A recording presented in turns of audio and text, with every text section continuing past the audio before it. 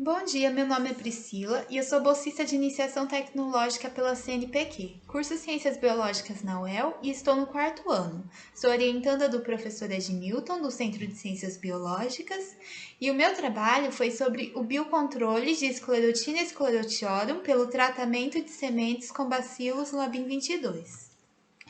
Segundo dados das Nações Unidas de 2019, a população mundial deve crescer muito nos próximos 30 anos, o que significa que a produção alimentícia também deve aumentar.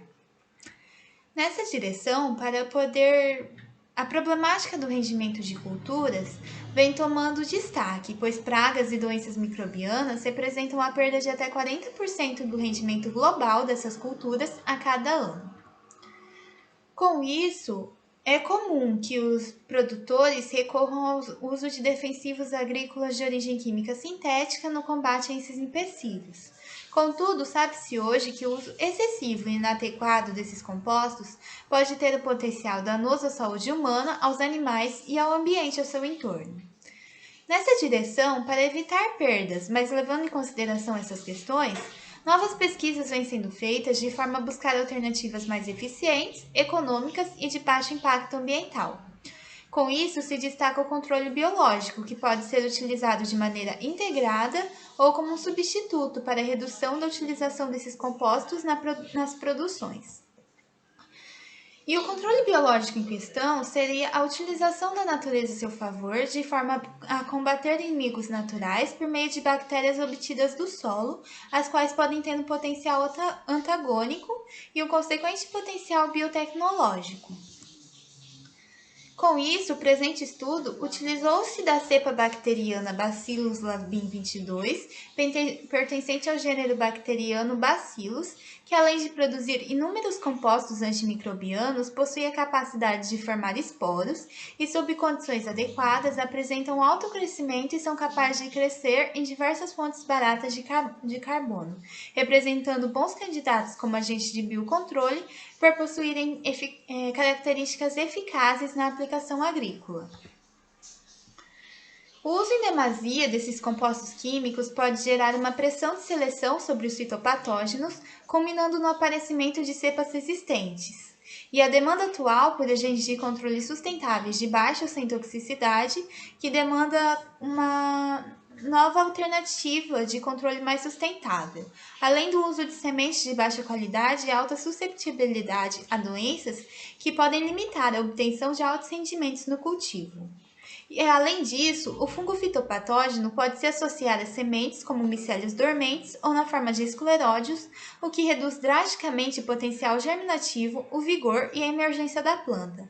Além disso, as sementes são importantes veículos de transmissão de doenças entre diferentes áreas de cultivo, segundo Heinenberg.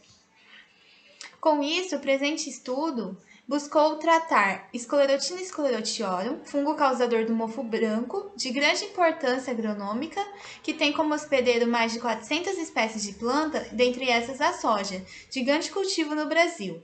Em condições ambientais favoráveis, pode causar grandes perdas nas lavouras, segundo Furlan. Com isso, foi realizado o tratamento de sementes de soja com o protótipo de biodefensivo, contendo como princípio ativo Bacillus labim 22. Pois o tratamento de sementes com fungicidas diminui o risco de introdução do patógeno em novas áreas, sendo atualmente uma das estratégias de controle da doença, reduzindo o inóculo inicial do patógeno, segundo Silva. Servindo como uma alternativa ou uso em conjunto aos defensivos de origem química sintética, pois é ecologicamente sustentável, não contamina e não causa desequilíbrio ambiental, além de não deixar resíduos tóxicos no ambiente e nos alimentos, possuindo também uma baixa pressão de seleção contra esses fitopatógenos. Para isso, foram realizadas as avaliações de atividade antifúngica in vitro, na qual foi utilizado o método de difusão em Agar, que consiste na realização de poços de maneira equidistantes, conforme a imagem, em que foram colocados nesses poços 200 microlitros do sobrenadante livre de célula, que são fermentados da cepa em meio formulado, contendo apenas os metabólitos antifúngicos produzidos por estas, e ao centro foi colocado um spot do fungo fitopatógeno Sclerotina sclerotioro, e essa placa foi deixada em incubadora durante 5 dias, na qual foi obtido o resultado amostrado. E é possível observar que obteve-se uma atividade antifúngica positiva, pois essa cepa foi capaz de inibir o crescimento desse fungo nessa placa. E após esse resultado positivo, foi possível realizar o tratamento de sementes utilizando Cialabim 22, agora liofilizada, em concentrações de 10 a décima, 10 a nona e 10 a oitava, e foram utilizados os controles com sementes sem tratamento e sem infecção, sementes infectadas sem tratamento e 2 controles químicos comerciais.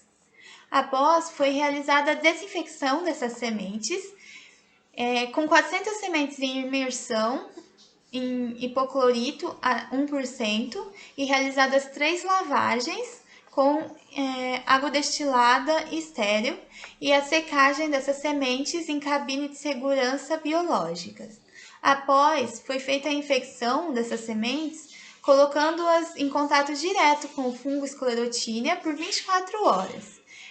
Foram feitas 25 placas com 300 sementes cada, e após isso foi feito o tratamento com 2 ml do produto em 600 sementes e distribuídas em placas com 25 sementes cada, conforme mostrado na imagem. E cada tratamento foi constituído por 8 placas, totalizando 200 sementes. E foi realizada a avaliação após 7 dias, onde foram contadas as sementes germinadas e as sementes sadias. E foram realizados 2 experimentos distintos com 8 repetições por tratamento. Após, foi possível a construção do seguinte gráfico, que demonstra a porcentagem de sementes germinadas e sadias sob diferentes tratamentos, com controle e com os tratamentos de sementes com pó molhável da Labim 22 em diferentes concentrações, em que foi evidente a eficácia desse produto como biocontrole, pois não possuiu nenhuma diferença significativa contra os controles testados. E segundo dados do Ministério da Pecuária, Agricultura e Abastecimento de 2019, o mercado de biodefensivos cresceu mais de 70% no Brasil em um ano, o que segue a tendência mundial na redução do uso de agroquímicos para combater pragas e doenças nas lavouras. E enquanto o mercado convencional de defensivos agroquímicos tem apresentado estagnação, com resultados recentes de queda global de 6% na produção, o saldo mundial no controle biológico em 2018 foi 17% maior que o alcançado no período anterior, de 3,8 bilhões, e além de ser um produto ainda inexistente no mercado brasileiro. Por fim, o biofungicida em forma de pó molhável, obtido pela liofilização do fermentado da cepa Labim 22, não apresentou diferença significativa em comparação aos químicos industriais usados como controle. No entanto, este protótipo de produto, por ser um biológico, pode ser considerado mais sustentável, apresentando um ótimo potencial biotecnológico. No entanto, são necessários mais estudos para conseguir validar sua eficácia também a campo, e o estágio em que se encontra o desenvolvimento da tecnologia é em laboratório.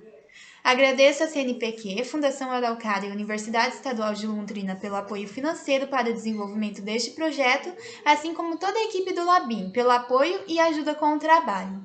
E esse é o contato institucional.